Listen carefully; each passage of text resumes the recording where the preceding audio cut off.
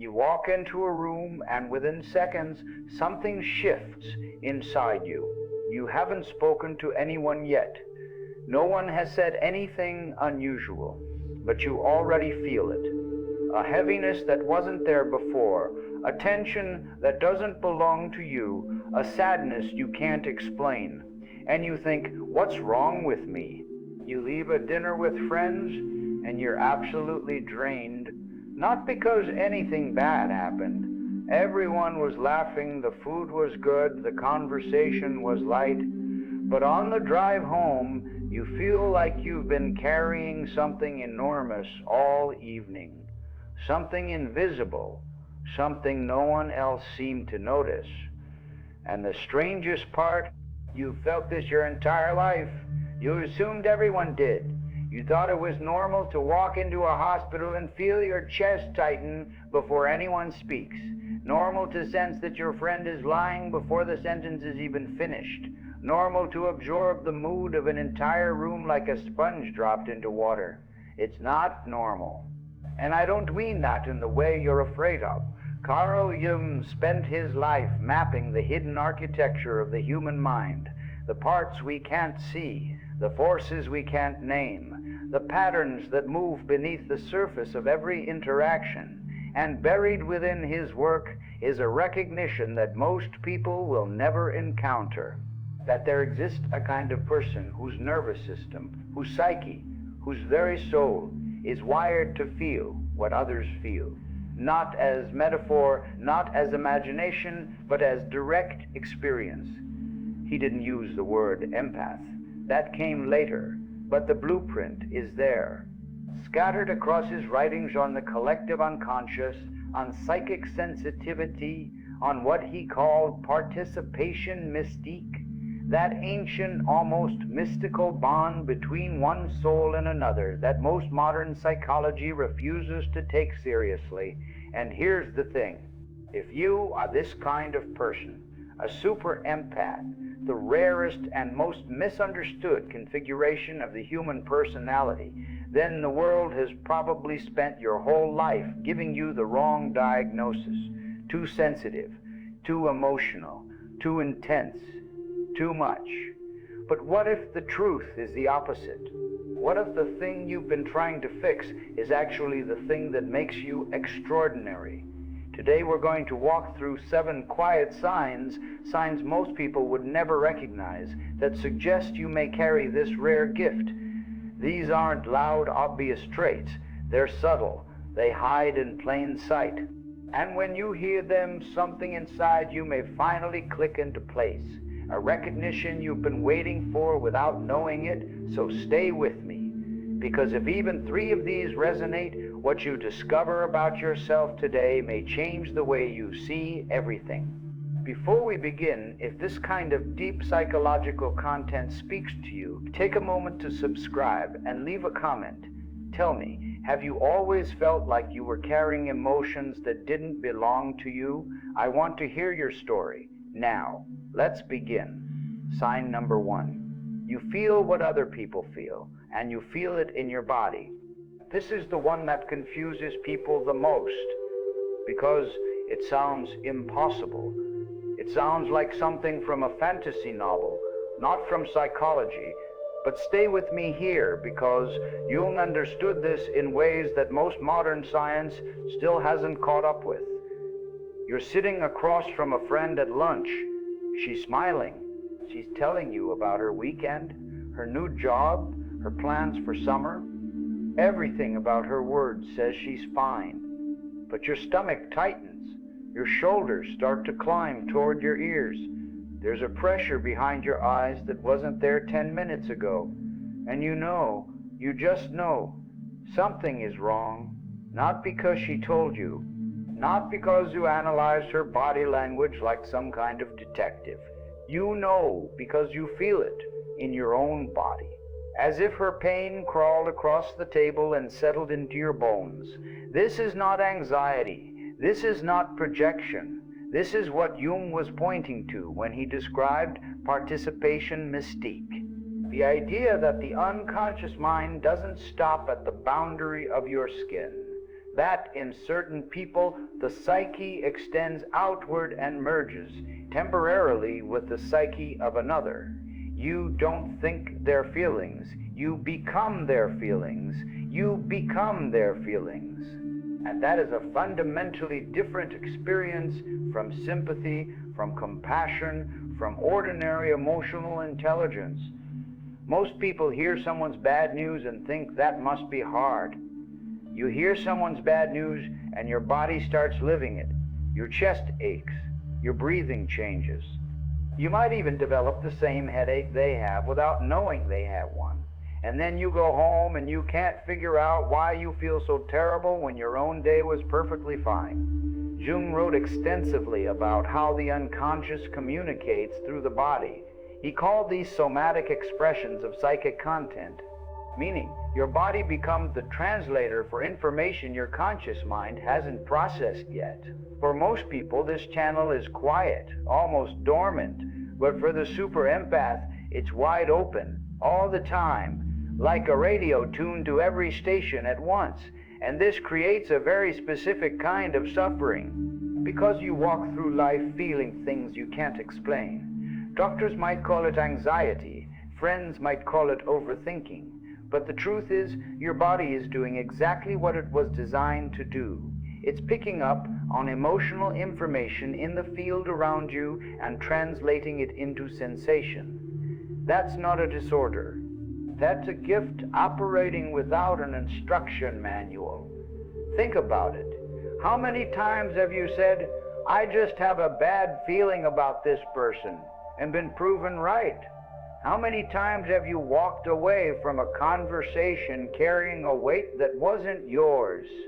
How many times have you felt inexplicably sad in a room full of happy people, only to later discover that someone in that room was quietly falling apart? This is the first quiet sign, and it's quiet because you've probably been explaining it away your whole life. You've told yourself it's stress, it's sensitivity, it's your imagination. But Jung would tell you something different. He would say your body is listening to things your ears can't hear. And that is not weakness. That is the deepest kind of perception. The challenge for you is not to stop feeling.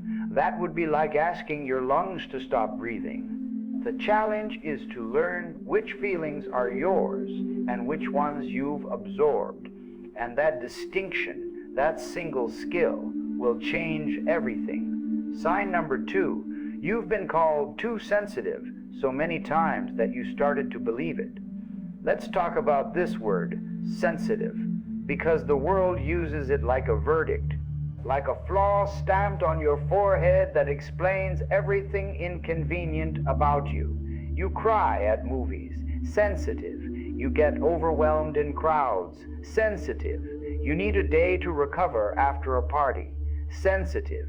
You notice when someone's tone shifts by half a degree, sensitive. You notice when someone's tone shifts by half a degree, sensitive. And after hearing it enough, something happens.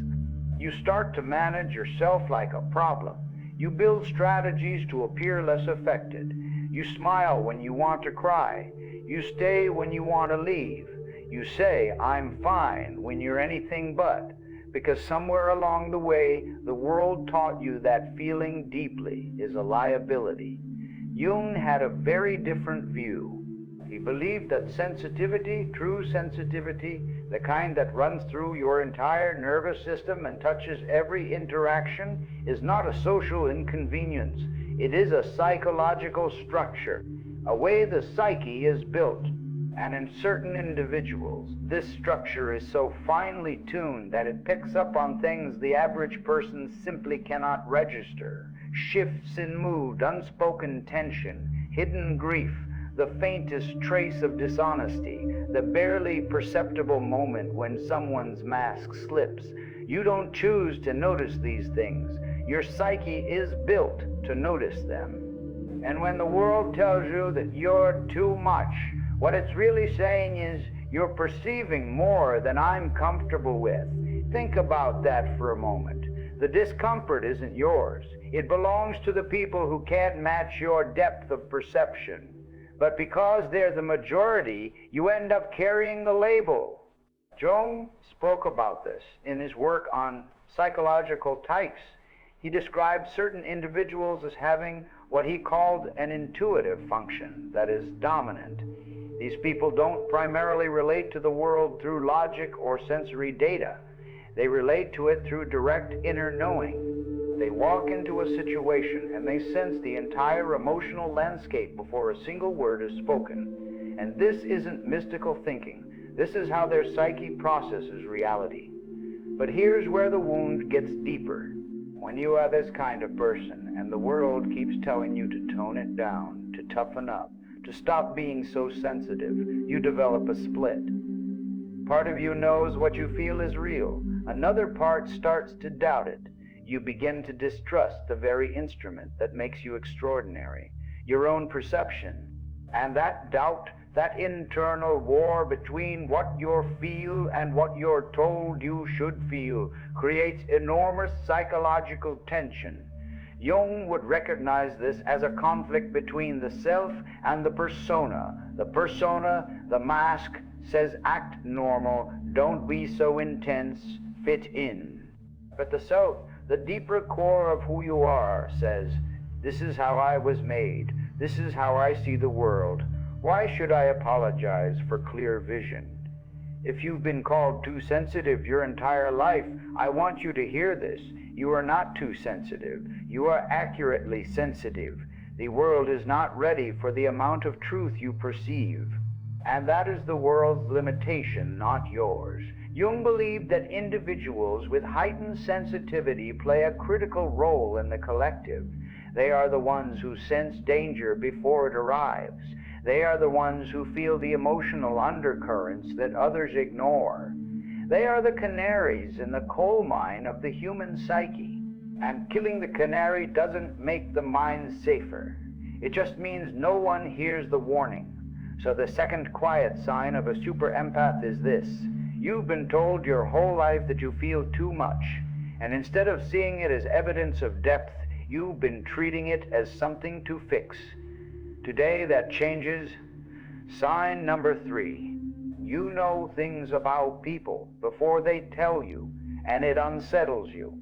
This is the sign that makes people uncomfortable when you talk about it, because it sounds like you're claiming some kind of psychic ability, and the world doesn't have patience for that. So you've learned to keep quiet, to not mention it, to pretend you don't notice what you notice. But here's what actually happens. You meet someone new.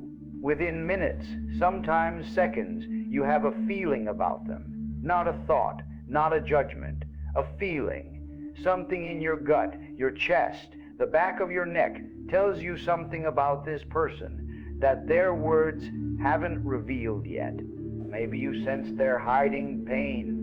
Maybe you feel that their confidence is hollow. Maybe you pick up on the fact that they're about to deliver bad news before they've opened their mouth. And then, days or weeks or months later, you're proven right. And nobody is more surprised than you, because you didn't figure it out. You didn't deduce it.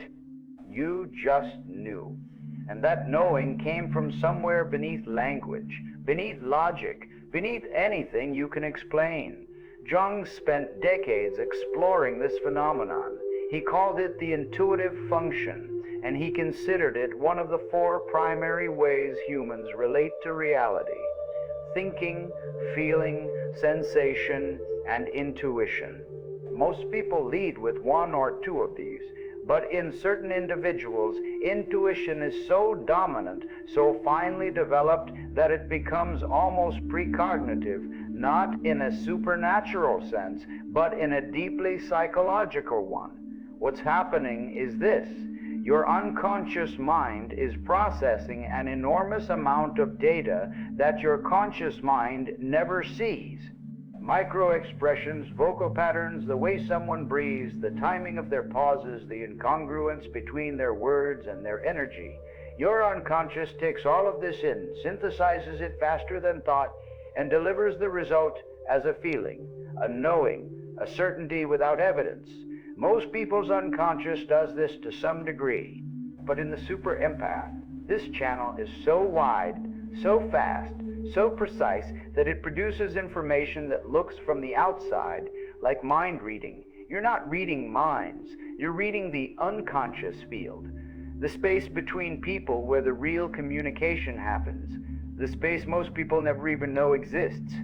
Jung called this the collective unconscious, the layer of psyche that connects all human beings beneath the surface of individual identity. And he believed that certain individuals have more access to this layer than others, not because they're special in some magical sense, but because their psychological structure is more permeable. The walls between my feelings and your feelings are thinner.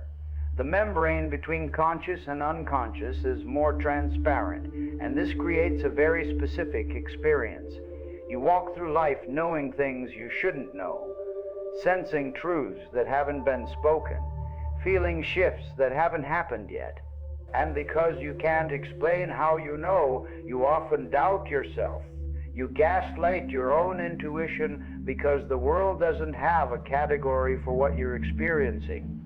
But here's what I need you to understand. Every time your gut told you something and you were right, that wasn't a coincidence. That was your psyche doing what it was designed to do, operating at a depth of perception that most people will never access. And every time you dismissed that knowing, you betrayed the most accurate instrument you possess.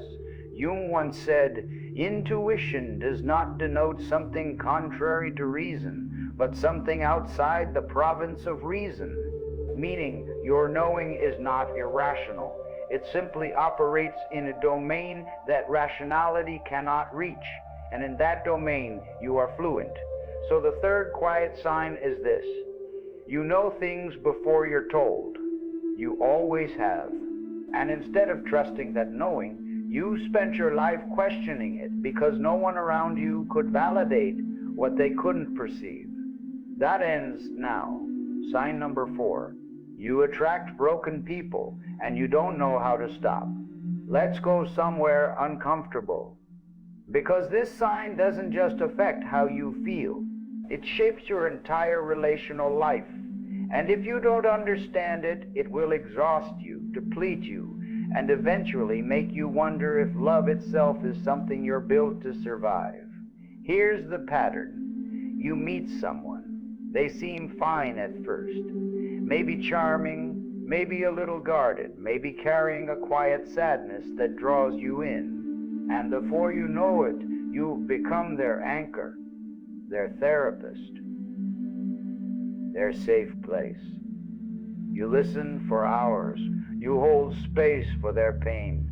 You give and give and give until you realize, sometimes years later, that the relationship has become a one-way current, all of their weight flowing into you and nothing flowing back. And then you do it again with the next person and the next. This is not bad luck. This is not poor judgment. This is your psyche operating according to its nature and other people's unconscious responding to it. Jung wrote about something called projection, the idea that we unconsciously place our unresolved inner material onto other people. We see in others what we haven't dealt with in ourselves. But what's rarely discussed is the other side of that equation, the receiver, the person onto whom the projection lands. And for the super empath, this is where life gets complicated, because your energy is open, your boundaries are permeable, your capacity to hold space is enormous. And wounded people can sense this, not consciously. They don't think, there's an empath, let me dump my problems on them.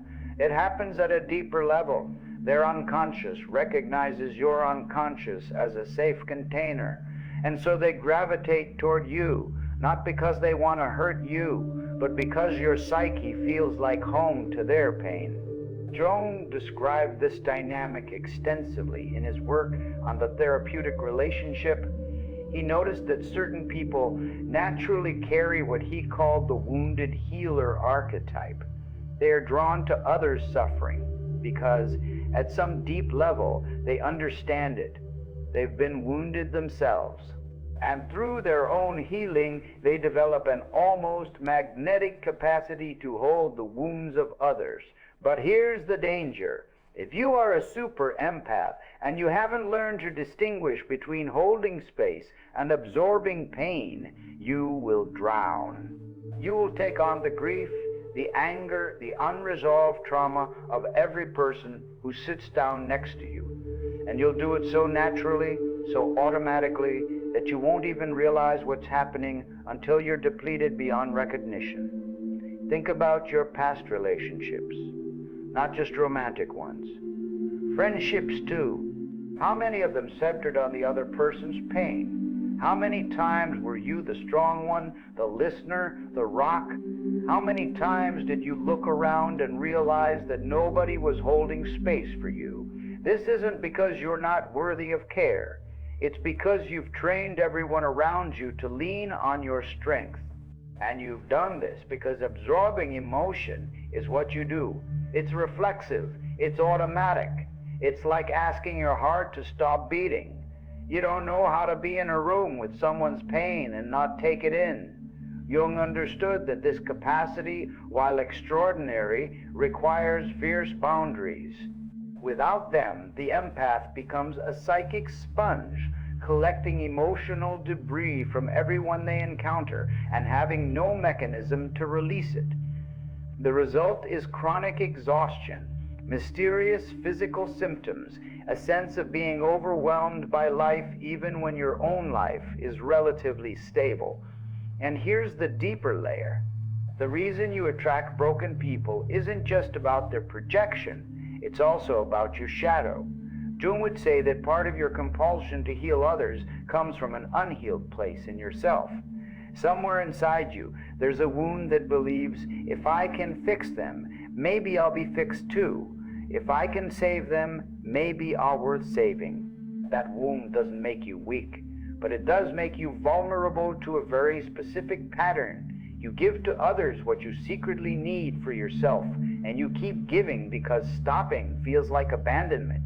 Not their abandonment of you, but your abandonment of the role that gives your suffering meaning. The fourth quiet sign is this. You are a magnet for wounded people. You always have been. And until you learn that your gift of emotional absorption requires a boundary as strong as the gift itself, you will keep pouring yourself into containers that have no bottom. Sign number 5. You need solitude, not as a preference, but as survival. There's a difference between someone who enjoys being alone and someone who needs it the way they need oxygen.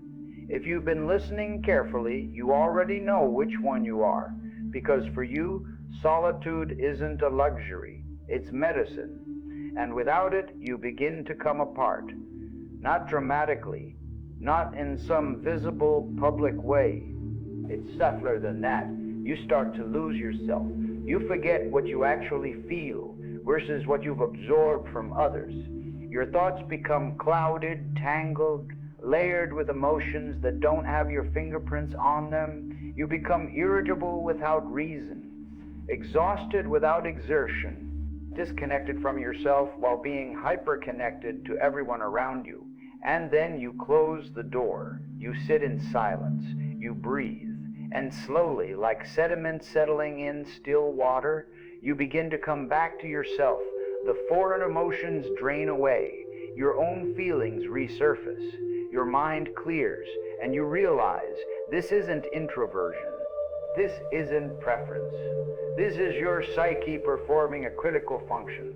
It's purging everything it absorbs so that you can exist as yourself again. Jung understood the necessity of solitude for people with deep psychological sensitivity. He wrote about the process of introversion not as a personality trait as modern pop psychology would have it, but as a fundamental direction of psychic energy. Introversion for Jung was the movement of energy inward, toward the self, toward reflection, toward the unconscious. And he believed that for certain individuals, this inward movement was not optional. It was the primary way their psyche maintained coherence. Think about what happens to you when you go too long without time alone. Really think about it. You've experienced it. Maybe it was during the holidays, when your house was full of family for days. Maybe it was during a stretch at work when you were surrounded by people for 12 hours a day. Maybe it was in a relationship where your partner couldn't understand why you needed a room of your own. What happened? You didn't just get tired, you began to lose your edges. The boundary between you and the world started to dissolve. You couldn't tell which emotions were yours anymore. You felt overloaded, flooded, like a circuit board taking in more current than it was built to handle. That is not ordinary introvert fatigue. That is the super empath's nervous system reaching capacity. You have been absorbing emotional data from every person in your environment, processing it through your body, holding it in your psyche, and at some point, the system says enough. It demands solitude, the way a burn victim demands cool water, not as comfort, as survival. Jung would have understood this completely. In his own life, he went through a period he called his confrontation with the unconscious, a time when he deliberately withdrew from social obligations, from professional expectations, from the demands of the outer world. He built a stone tower at Balanin and spent long stretches there alone, not running from life, listening to the deeper life beneath the surface. He later wrote that this period of solitude was the most important of his entire life, that in silence, the unconscious revealed itself to him in ways that social engagement never could, that the noise of the world had been drowning out the voice of his own soul. And this is what's happening to you. Every time you crave solitude, every time you cancel plans not out of laziness but out of deep necessity, every time you feel guilty for needing to be alone, your soul is trying to speak. And it can only speak in the quiet. It can only be heard when the room is empty, when the phone is off, when the world has been, for a moment, held at a safe distance. You don't need solitude because you're antisocial. You need it because you're processing reality at a depth that most people can't fathom. And that processing requires space, enormous, uninterrupted, sacred space. The fifth quiet sign of a super empath is that solitude is not your preference, it is your lifeline. And the moment you stop apologizing for that need is the moment your life begins to change. Sign number 6, you feel things in places. This is the one you probably haven't told anyone about because it sounds strange even to you. But it's real, and it's been happening your whole life, and it's time to name it. You walk into a building and you feel something, not a temperature change, not a smell, a feeling, an atmosphere that settles over you like a weight or lifts you like a breeze. You walk through a forest and something in your chest expands. You enter an old church and your eyes fill with tears for no reason. You step into someone's apartment and immediately want to leave, not because of how it looks, but because of how it feels.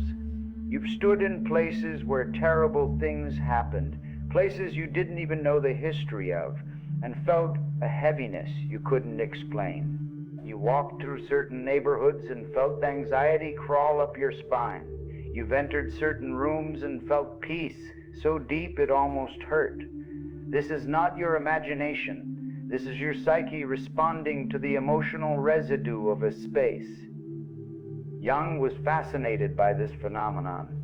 He wrote about it in his memoirs, describing his own experiences of entering places and feeling overwhelmed by presences, by emotional atmospheres, by what he could only describe as the psychic imprint left by the people and events that had occupied that space. He didn't dismiss these experiences as fantasy. He situated them within his theory of the collective unconscious, the idea that the psyche is not entirely individual, that there exists a shared layer of psychological reality, a reservoir of human experience that certain individuals can access more readily than others. And places, particularly places where intense emotions have been lived, can serve as portals to that layer. Think about battlefields, hospitals, prisons, sacred sites. These places don't just hold physical history, they hold psychic history. The walls, the ground, the air itself seems saturated with something. And while most people walk through these places and feel nothing more than a vague atmosphere, you feel it in your body, in your gut, in your heart, as if the place itself is telling you a story that your conscious mind can't hear, but your unconscious mind reads fluently. This sensitivity extends to everyday environments too. You can feel the difference between a home where people are happy and a home where they fight every night, even when both are tidy and pleasant to look at. You can feel the energy of a workspace, whether it's collaborative or toxic, within minutes of walking in. You can feel whether a room has been the site of grief, of joy, of lies, of love. And this capacity extends to nature. You feel different in different landscapes. The ocean calms something in you that nothing else can reach. Mountains make you feel solid, grounded. Certain forests feel welcoming. Others feel watchful. You're not projecting human emotions onto nature. You're experiencing the actual energetic quality of a place, and your psyche is translating it into feeling. Jung believed that this sensitivity to place was connected to the transcendent function, his term for the psyche's ability to bridge the conscious and unconscious minds. Certain environments activate this function more powerfully than others. Sacred spaces, natural landscapes, places of deep human significance, and individuals with a more permeable psychic structure, individuals like you, are more susceptible to this activation. This is why you've always been particular about your environment, why you can't just live anywhere, why you rearrange furniture compulsively, or burn candles, or need your space to feel a certain way before you can relax. You're not being fussy. You're not being precious. You are a person for whom environment is not backdrop but participant. The space you occupy actively shapes your inner state. And you know this because you felt it 1,000 times. The sixth quiet sign of a super empath is that you don't just live in spaces. You feel them. You commune with them. You absorb their histories. And that sensitivity, far from being strange, is one of the oldest and most documented forms of human perception. You simply have more access to it than most. Sign number 7. You've always felt like you are from somewhere else. This is the deepest one, and it's the one that probably brought you here today.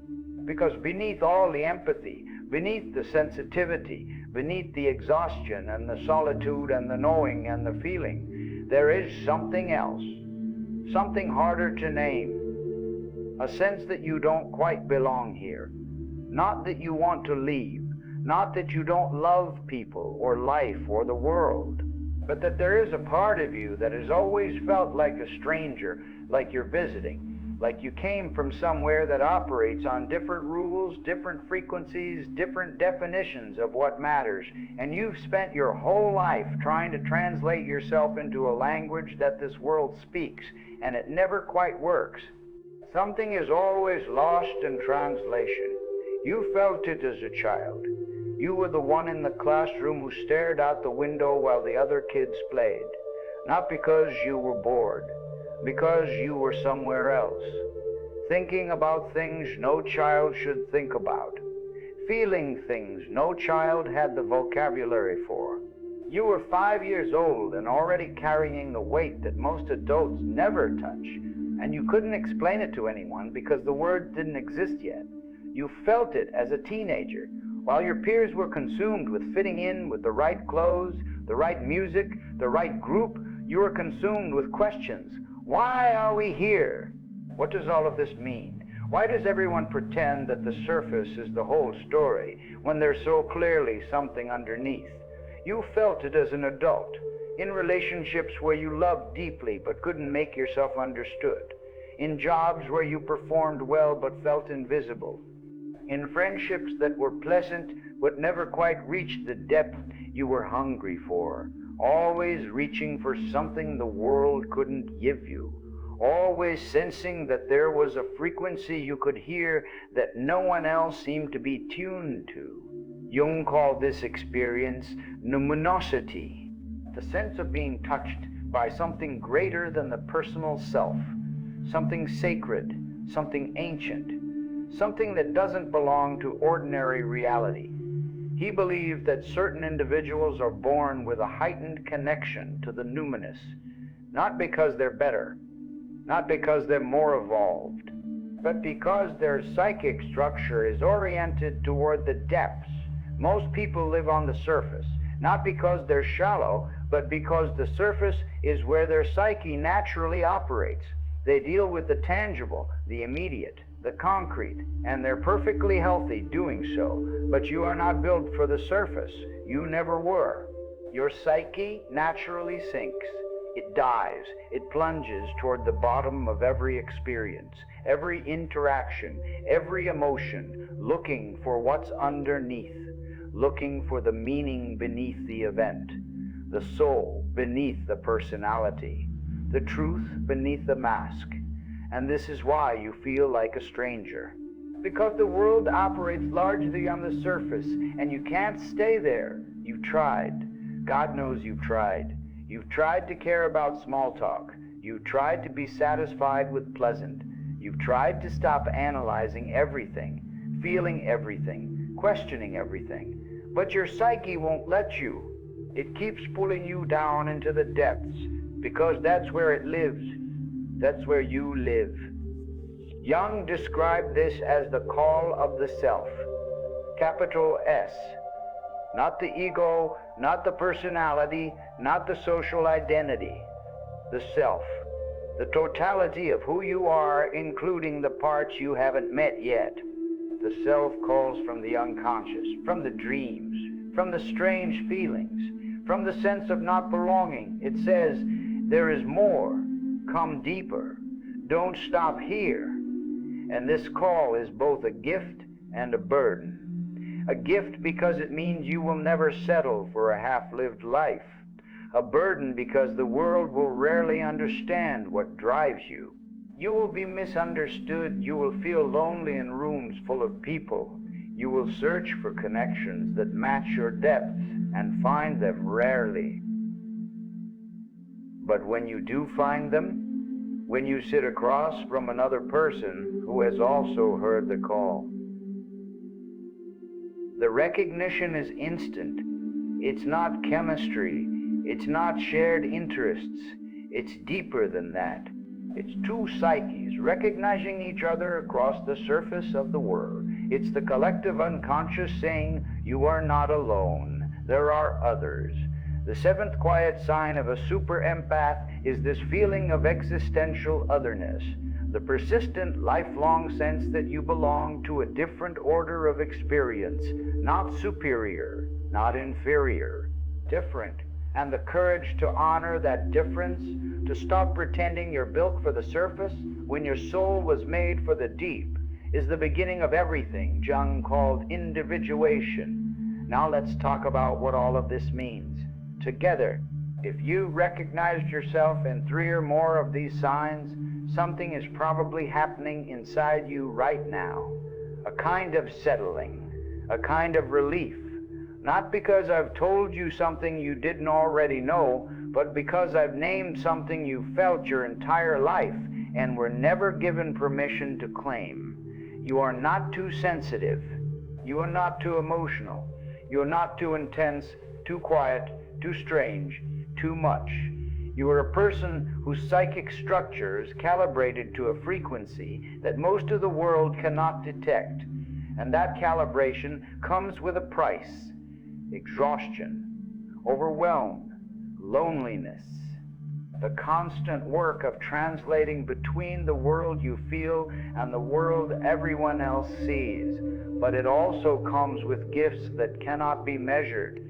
The ability to understand people at a depth that transforms relationships, the capacity to feel the truth beneath the lie, the talent for sensing danger, injustice, beauty, and meaning in places where others see nothing, the rare and powerful ability to sit with someone in their worst moment and make them feel, truly feel, that they are not alone. Jung would have recognized you instantly, not as a patient, not as a problem to be solved, but as a particular configuration of the human soul, one that has existed in every culture, in every era, under different names: the healer, the seer, the sensitive, the mystic, the one who feels what others cannot, the one who carries more than their share. And he would have told you something that I hope you hear, really hear today. Your sensitivity is not a wound to be healed. It is a structure to be understood. And once understood, it becomes the very thing that allows you to live with a depth, an authenticity, and a purpose that most people spend their entire lives searching for. But, and this is critical, understanding your nature is only the beginning. Because being a super empath without self-awareness is like being a powerful antenna with no signal filter. You pick up everything, every emotion, every tension, every unspoken grief in every room you enter. And without the skill to manage that input, you will spend your life in a state of chronic overwhelm, giving everything to everyone and having nothing left for yourself. So let's go deeper. Let's talk about what Jung would say to you if he could sit with you right now, not as a lecture, but as a conversation between your soul and the wisdom he left behind. The first thing he would address is boundaries, and not the kind of boundaries the self-help world talks about. Not learn to say no or put yourself first, though those are important. He would talk about psychic boundaries, the invisible membrane between your inner world and the emotional field around you. For most people, this membrane is thick, sturdy, automatic. Other people's emotions bounce off it without much effort. But for you, it's thin, translucent, permeable. And this means that without conscious work, you are constantly marinating in other people's psychic material.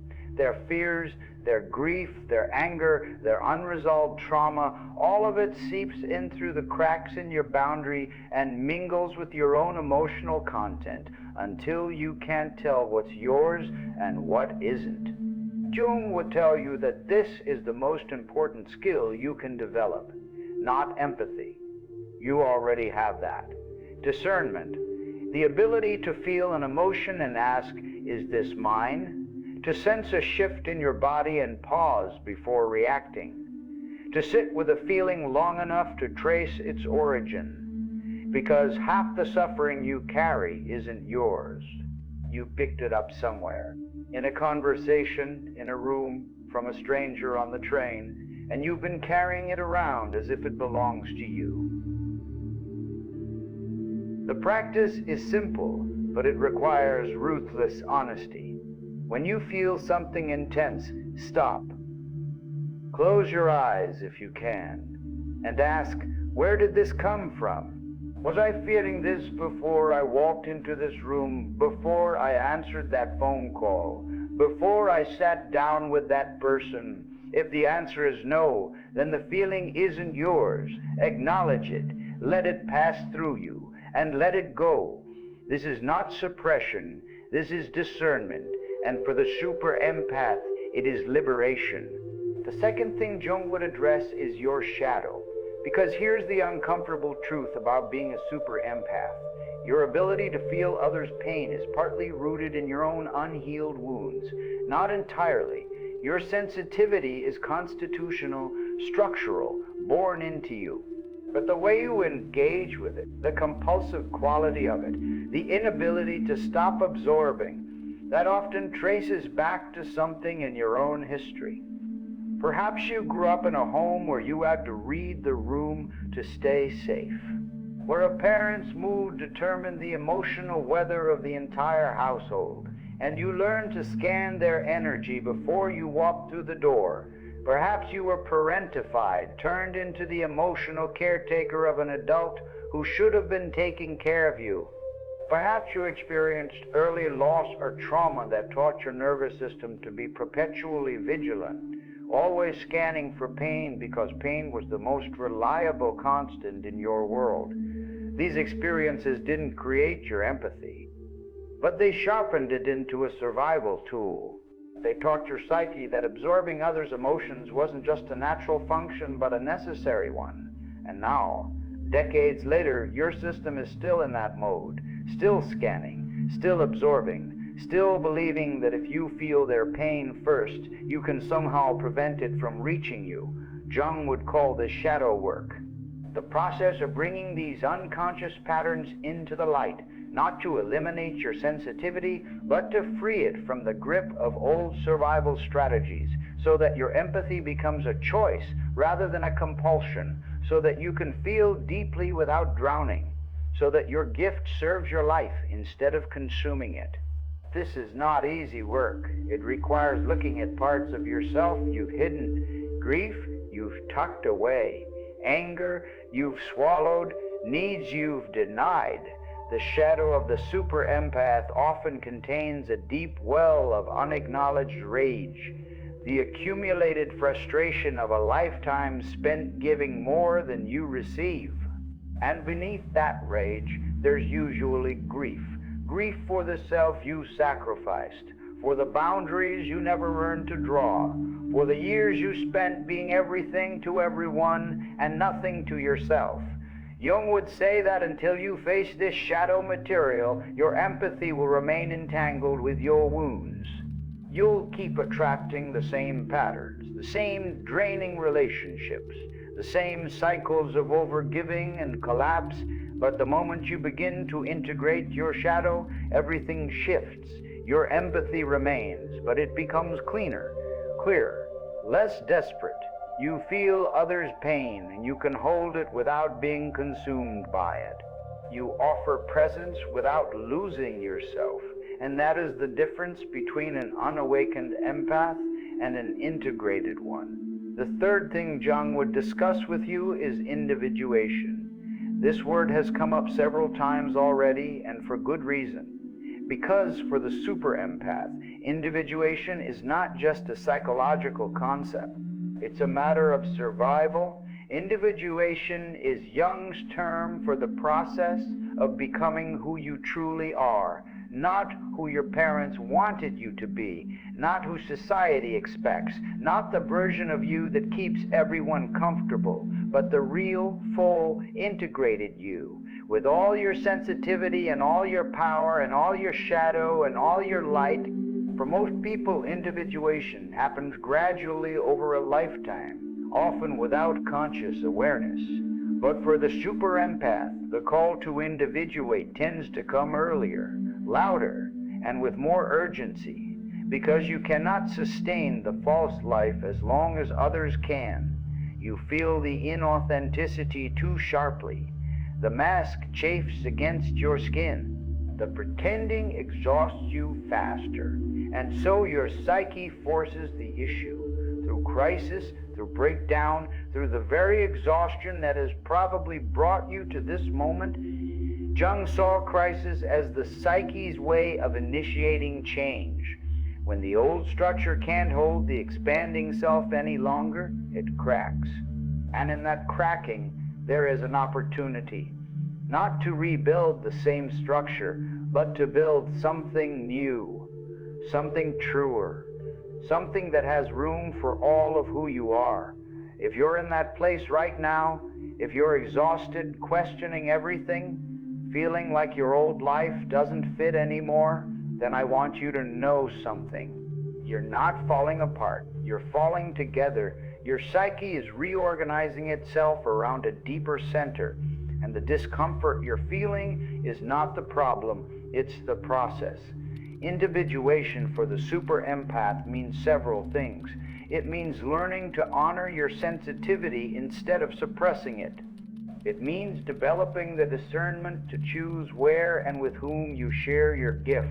It means doing the shadow work that frees your empathy from the grip of old wounds. It means building a life that reflects your actual nature, not the life the world says you should want. It means understanding that your need for solitude is not antisocial, but sacred. That your depth of feeling is not a disorder, but a capacity. That your sense of not belonging to the surface world is not exile, but orientation. You belong to the depths, and the depths are where your life unfolds. Jung believed that the individuated person is the most valuable member of any community, not because they're perfect, but because they're real. They've done the work of knowing themselves, including the parts that are hard to look at. And from that self-knowledge comes a kind of presence that others can feel, a groundedness, an authenticity, a warmth that doesn't perform but simply is. That is what awaits you on the other side of this process. Not the end of sensitivity, not the end of feeling deeply, but the beginning of feeling deeply on your own terms, as an active power rather than a symptom of vulnerability. Let me leave you with something that I think Jung would want you to carry with you. You came into this world with a particular configuration of soul, one that feels more, senses more, absorbs more, understands more than the standard model. This configuration was not a mistake. It was not a dysfunction. It was not something that happened to you because of childhood trauma, although trauma may have intensified it. It is how you were made, and the world needs what you carry, not the depleted version of you that says yes to everything and collapses in private, not the masked version that pretends to be less sensitive than you are, not the guilty version that apologizes for needing space. The world needs the full version, the one that has learned to wield sensitivity like the extraordinary instrument it is, the one that has done the shadow work and emerged with clean empathy, the one that has honored the hermit and the healer and the seer within them and integrated those energies into a whole, grounded, powerful self.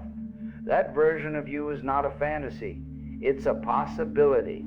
And every moment you spend understanding your nature, respecting your boundaries, doing the inner work that Jung mapped out with such care, you move closer to it. You are not too much. You are rare. And rare things are not meant to be common. They're meant to be treasured. Starting with you, treasuring yourself. If this resonated with you, if something inside you finally felt seen, then this video was for you. Share it with someone who needs to hear it, someone who has been carrying the same weight, someone who has been apologizing for the same gift, because the more of us who understand our nature, the less alone any of us have to feel. And remember, the world's rarest personality type is not rare because there's something wrong with it. It's rare because most people can't sustain the depth it requires. But you can. You always could. And now you know why. Thank you for staying until the end. I will see you in the next one. Take care of your energy. Take care of your soul. And never, ever apologize for the depth of your feeling. It is the most beautiful thing about you.